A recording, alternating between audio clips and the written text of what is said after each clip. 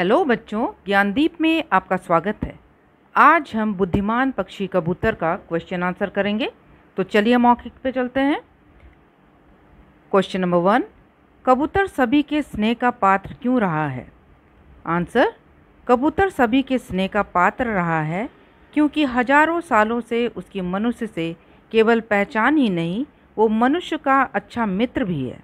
अपनी पवित्रता, बुद्धिमानी और स्मरण शक्ति के लिए वह हमेशा प्रशंसक और स्नेह का पात्र रहा है।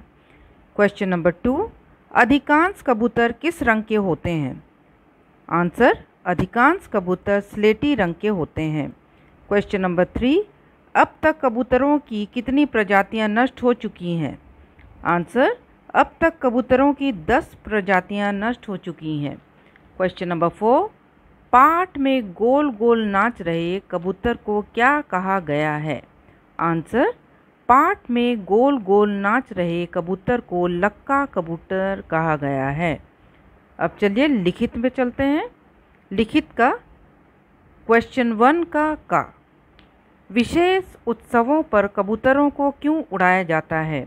आंसर, विशेष उत्सवों पर कबूतरों को उड़ाया जाता है क्योंकि इसे शांति का प्रतीक माना जाता है। ईसा पूर्व ओलंपिक खेलों के परिणाम ये दूर दूर तक पहुंचाते थे। आज भी श्वेत कबूतरों को उड़ाकर खेलों की शुरुआत की जाती है। क्वेश्चन नंबर 2, 1950 में राइटर ने कौन सी डाक सेवा शुरू की? आंसर, 1950 में राइटर ने 45 कबूतरों की समाचार सेवा जर्मनी से लेकर बेल्जियम तक शुरू की। क्वेश्चन नंबर 3, डिकिल मेडल कब और किस कबूतर को दिया गया था?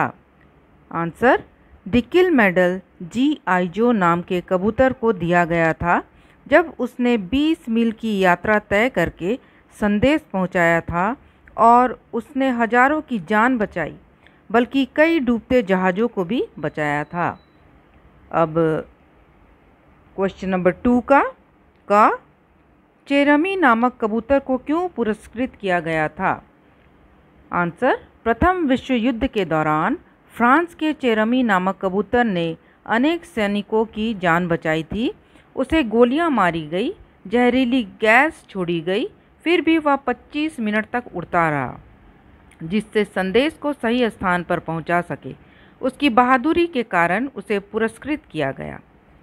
क्वेश्चन नंबर 2, ऑक्सफोर्ड विश्वविद्यालय ने अपने शोध में कबूतरों के बारे में क्या जानकारी हासिल की है? आंसर, ऑक्सफोर्ड विश्वविद्यालय ने अपने शोध में कबूतरों के बारे में यह जानकारी हासिल की है कि कबूतरों की स्मरण शक्ति बहुत होती है। ये रास्ते और सड़कें पहचानते हैं। इन्हें अगर 400-500 किलोमीटर दूर भी छोड़ दिया जाए तो ये एक ही दिन में उड़कर वापस आ जाते हैं। क्वेश्चन नंबर 3, लेखक इस पाठ के माध्यम से हमें क्या संदेश देना चाहते हैं? आंसर, लेखक इस पाठ के माध्यम से हमें ये संदेश देना चाहते हैं कि पेड़ पौधे, पशु पक्षी और मानव सभी प्रकृति का हिस्सा है। किसी एक के भी जीवन का संकट पूरी धरती के पर्यावरण को प्रभावित करता है। हमें अपने स्वार्थ के लिए पशु पक्षियों का शिकार नहीं करना चाहिए और विलुप्त होती प्रजातियों की रक्षा करनी चाहिए।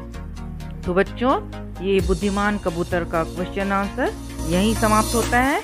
नेक्स्ट हम चैप्टर लड़की के साथ आपसे फिर से मुलाकात करेंगे। तब तक के लिए बाय बाय।